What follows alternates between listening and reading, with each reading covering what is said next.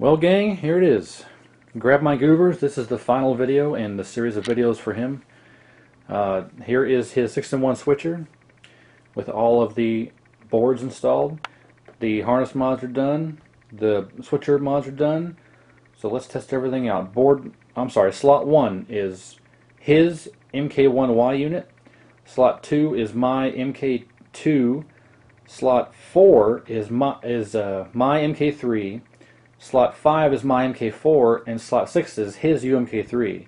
So 1 and 6 are his two boards, and I'm using mine to fill the rest of the slots out. But I want to note that the reason I don't have MK3 in slot 3 is because that large heat sink that's down there around the sound, one of the sound transistors, if you can see the end of it, it meets right in the middle of that JAMA connector. So if you're going to stack these in sequence, when I put MK3 in that number 3 slot, that giant heatsink is actually touching the backside of MK2. Now you can do that, except you want to put some insulation in there. Get something, some type of non-static insulation, and put on the top of that heatsink so when it touches the other side of the board there, it won't damage it or cause problems. But I didn't have anything like that with me here, so I went ahead and just used slot number 4. So it's MK1 and 1, MK2 and 2, MK3 and 4, MK4 and 5, and UMK3 and 6. So first thing we'll do is turn everything on and test the service menu.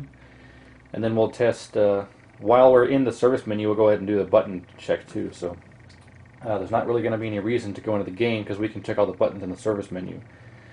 And I guess you'll know the sound's working by the test tone at the beginning of the boot up, but we can go into the games if you want, but we'll decide that later. But so everything is wired up, ready to go. I want to make mention that since I restored this panel, there's no run buttons, but the wiring was still here for the run buttons before, because this was UMK3 someone converted. So I left the wiring there. All I did was put the buttons back in and leave them sticking out the front of the panel here. Also, the connector for MK1 is not the same as MK2, MK3, and MK4 all have a blue player 3 harness. Looks like this, coming up to the control panel. Well, this one didn't. But luckily I had a box over here full of extra harnesses, and I had a complete 3 and 4 harness for both sides, control panel side and arcade machine side. So I just used that and ran the wires directly to my buttons. So I did not have to rewire anything. This will be complete. When he gets the harness, all he has to do is plug this in just like I did here on his machine, and he's good to go. So let's fire it up and test everything out. Alright, so let's go. Light out, machine on, slot number 1.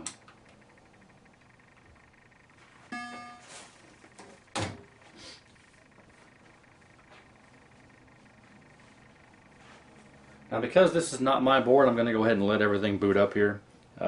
We've checked it already, but since it's not my board, we'll go ahead and make sure, double check that it's good.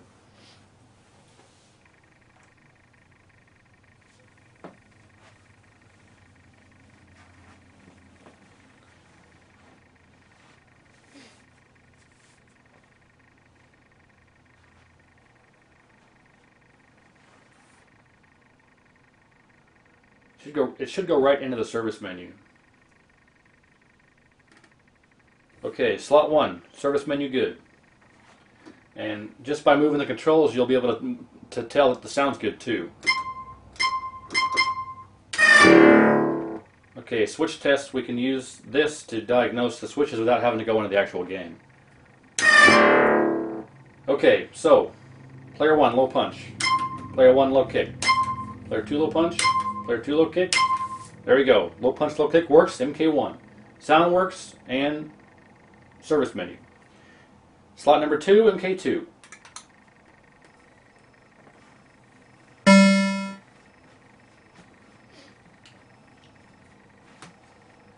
This is my board, so we'll skip all this.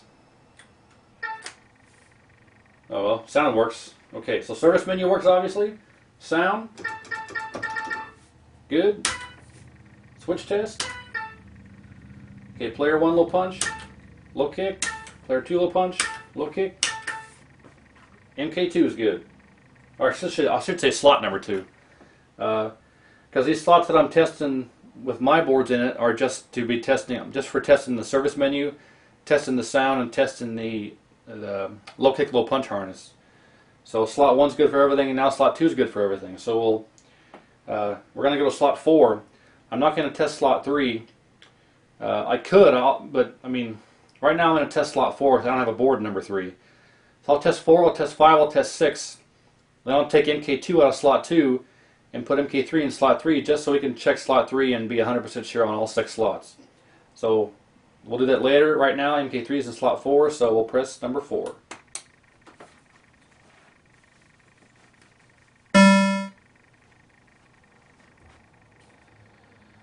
Skip all this.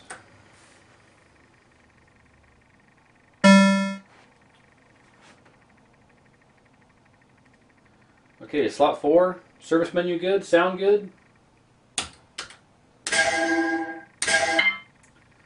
Player 1, low punch, low kick, run. Player 2, low punch, low kick, run.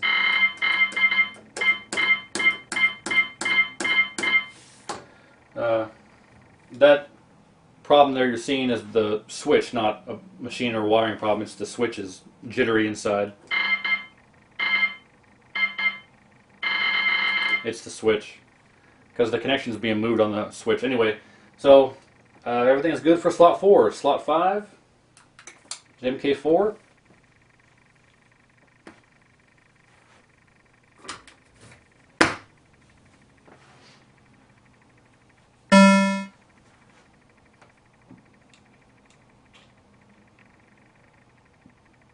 Should go right into the menu. Okay, service menu good, sound good. Okay, player 1, low punch, low kick, run. Player 2, low punch, low kick, run. So everything's good for slot 5, slot 6, UMK3. Now once again, this is the board that I had that I'm giving to him, so I'll let that boot so he can have another edification for him that it's working. Or fully working anyway.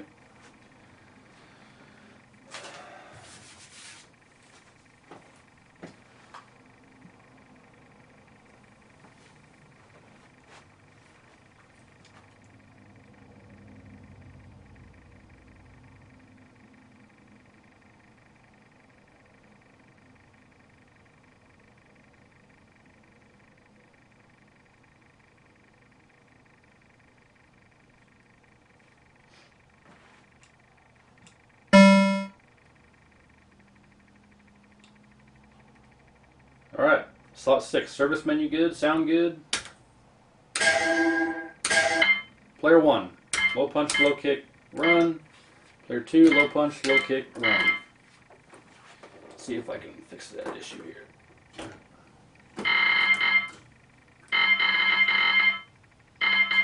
It's the switch.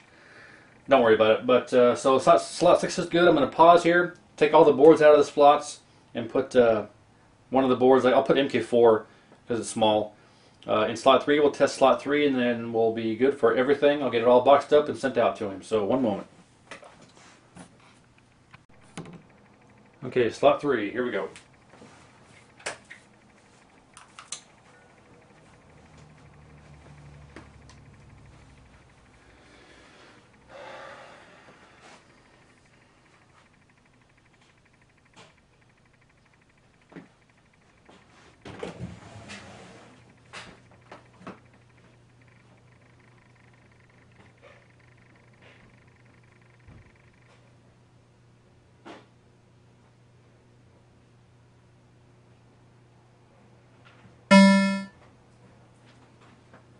Alright.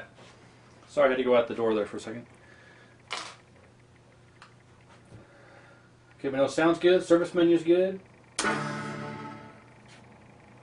Actually, I already tested the harness, so we know the buttons are good. So, I guess that's done then. The service menu's good and the sound's good. So, his switcher is complete, all 6 slots for everything modded, and so are his boards. I'll get all boxed up, sent out. So,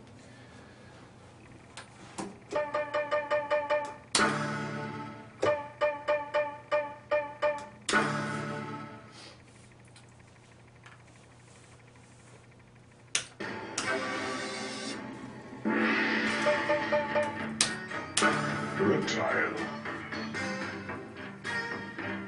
Choose your round one. Fight!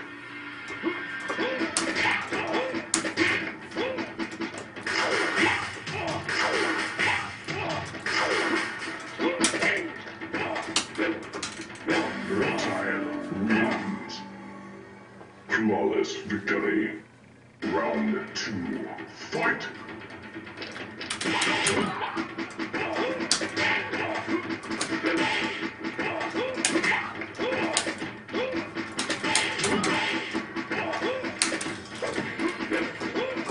Finish him!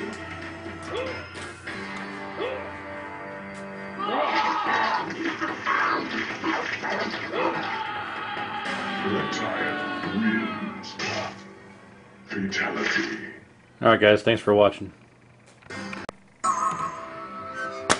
Alright, so there's something Finish him! I want to explain first before I kind of end the video. There are, when you're dealing with 5 or 6 boards here and they have different hardware, they're going to be displaying differently. You may notice that if you load MK1 and use your remote control adjustment boards for your monitor and get the picture completely centered and perfect on the monitor, you switch to MK2 and it'll be different. It'll be more to the right, so you have to readjust it. You switch to MK3 and it's too high, you got to bring it down. Because they're different, it's different hardware, it's going to be displaying differently. So what you're going to have to do if you do something like this is you're going to have to find a happy medium. You have to adjust your controls on your remote board for the optimum display for all the games. For instance, if one of them is too far to the right, the other one's too far left, find a happy center and have to live with it, because it's something that Grab My Goobers is going to run into. You're going to notice that when you get one of them adjusted perfectly, the next board isn't going to be adjusted perfectly. So you're going to have to readjust them to the best that you can get it, unless you want to readjust the controls every time you change to a different game. I mean, that's your option, but I certainly wasn't going to do that when I had my set up like this. So just wanted to give you a heads up on that for those of you who aren't familiar with that. If you ever do this and run into that problem, that's what you have to do, is just find a happy center. So that is it. And now I want to say again, thanks for watching.